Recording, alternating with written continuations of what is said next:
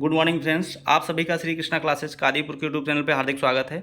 आज हम आप सबके बीच में 24 सितंबर 2024 के करंट के प्रश्नों को लेकर उपस्थित हुआ हूं। पूरा वीडियो ध्यान से देखिए। यदि वीडियो पसंद आए तो लाइक और शेयर करिए। इसकी पीडीएफ डिस्क्रिप्शन बॉक्स में जो लिंक दिया गया है टेलीग्राम का, उससे मिल जाएगी।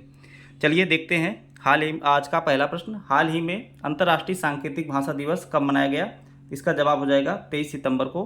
प्रत्येक साल मनाया जाता है अंतर्राष्ट्रीय सांकेतिक भाषा दिवस। इसको अंग्रेजी में कहेंगे international day of sine language.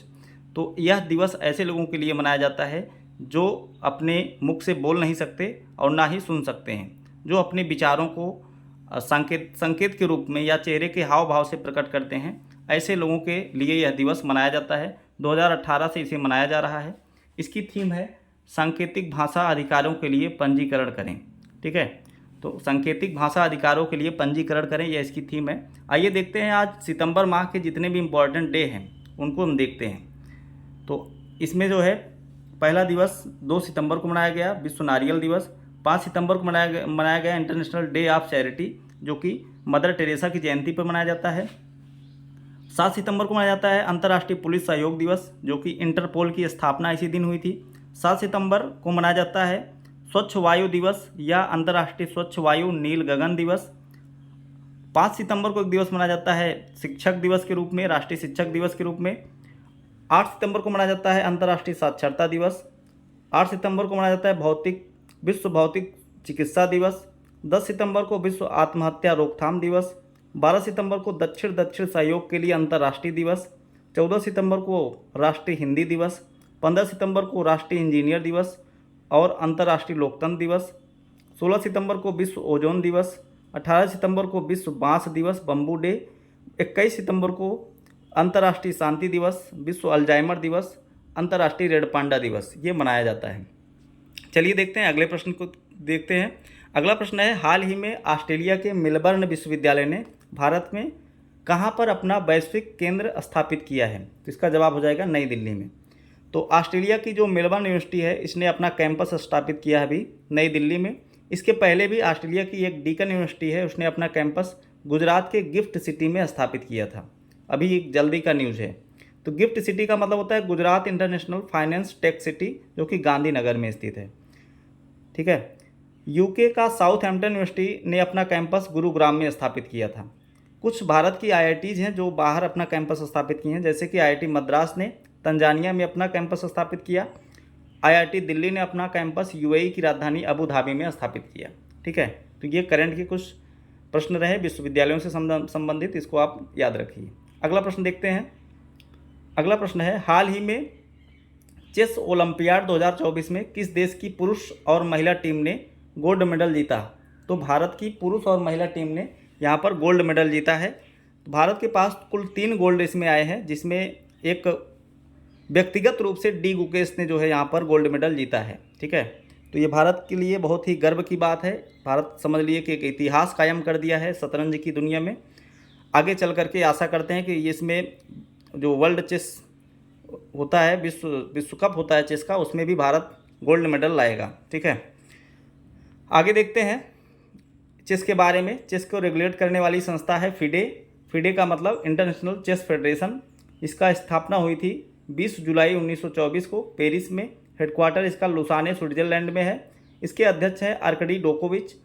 वर्तमान में भारत में कुल 85 ग्रैंड मास्टर हैं। 50वें ग्रैंड मास्टर बने थे श्याम निखिल, जो कि तमिलनाडु के रहने वाले हैं। भारत के पहले ग्रैंड मास्टर बने थे 1988 में विश्वनाथ आनंद।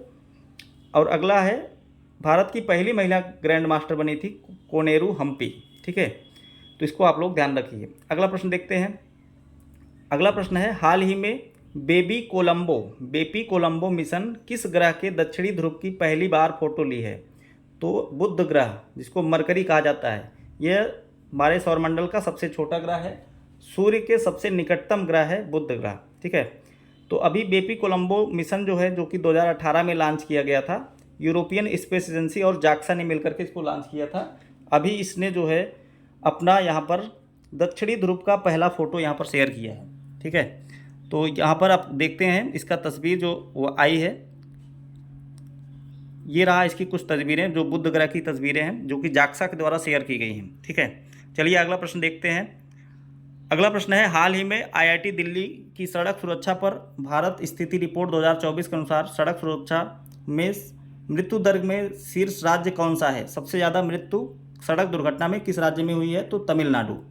तमिलनाडु इसमें शीर्ष पर है, दूसरे नंबर पर तेलंगाना है, तीसरे नंबर पर छत्तीसगढ़ है। और इसने यह भी बताया है कि सड़क दुर्घटना में सबसे ज़्यादा मृत्यु ट्रक से होती है, ट्रक से, जो कि सड़क पर जो है रात के समय में बहुत तेज़ी से चलने वाला वाहन है। ठीक है, और इसमें सबसे कम मृत्यु दर में बिहार राज्य है। ठीक है, सबसे कम मृत्यु दर सड़क दुर्घटना में। अगला प्रश्न देखते हैं। अगला प्रश्न है, हाल ही में भारत का 6वां यूनिकॉर्न कौन सा बना है? तो 6वां यूनिकॉर्न बना है मनीव्यू, भारत का इस बार 2024 का 6वां यूनिकॉर्न। ऐसी कंपनी जो $1 बिलियन से ज़्यादा का इनकम कर लेती हैं उनको यूनिकॉर्न का दर्जा दिया जाता है। 2024 में पहला यूनिकॉर्न बना था कृत्रिम। ठीक है, पहला यूनिकॉर्न बना था कृत्रिम, और कृत्रिम हमारे देश का पहला AI यूनिकॉर्न है, आर्टिफिशियल इंटेलिजेंस यूनिकॉर्न है। दूसरा यूनिकॉर्न बना था 2024 का परफ्यूज। तीसरा बना था पोर्टर। ठीक है, पोर्टर याद रखिएगा इसको, तीसरा बना था। चौथा यूनिकॉर्न बना था एयर एनर्जी, और पांचवा बना था आपका रैपिडो, और छठवां बन गया है आपका मनीव्यू, जो कि एक बेंगलुरु की कंपनी है और यह लोन देने का काम करती है, उधार देने का काम करती है, लोगों की वित्तीय सहायता के लिए काम करती है। ठीक है, अगला देखते हैं। अगला प्रश्न है, हाल ही में किस देश ने सूखे से प्रभावित समुदायों की सहायता के लिए 200 हाथियों को मारने का घोषणा किया है? तो इसका जवाब हो जाएगा जिम्बाब्वे। ठीक है, जिम्बाब्वे में अभी वहाँ पर भयंकर सूखा पड़ गया है, जिससे वहाँ पर लोगों के पास अनाज नहीं है। तो यहाँ पर 200 हाथियों को मार करके उसके मीट को लोगों में बांटा जाएगा। ये बहुत ही, हम लोगों के लिए तो बहुत ही दुखद बात है, क्योंकि हम लोगों के लिए हाथी और एक पूजनीय पशु होता है, जो कि हम लोगों के द्वारा भगवान गणेश को साक्षात उसमें माना जाता है।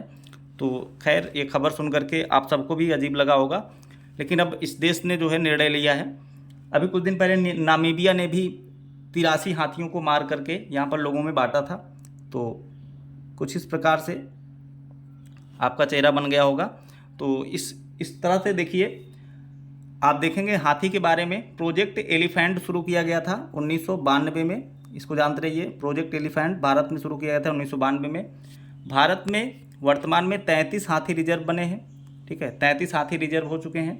पूछा जाएगा कि हाथी को विरासत पशु के रूप में कब घोषित किया गया? तो 2010 में। पूछा जाएगा कि सफ़ेद हाथियों का देश कौन सा है? तो थाईलैंड हो जाएगा इसका जवाब। थाईलैंड सफ़ेद हाथियों का देश है।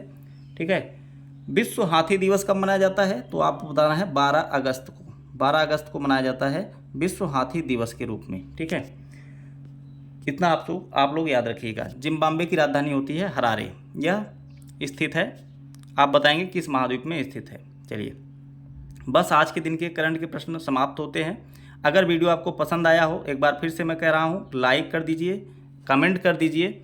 आपके लिए मैं एक प्रश्न बताता हूँ, आपको कमेंट बॉक्स में बताना है कि हाल ही में ICA तेजस की पहली महिला फाइटर पायलट कौन बनी है? आपको लोग कमेंट बॉक्स में बता दीजिए। धन्यवाद।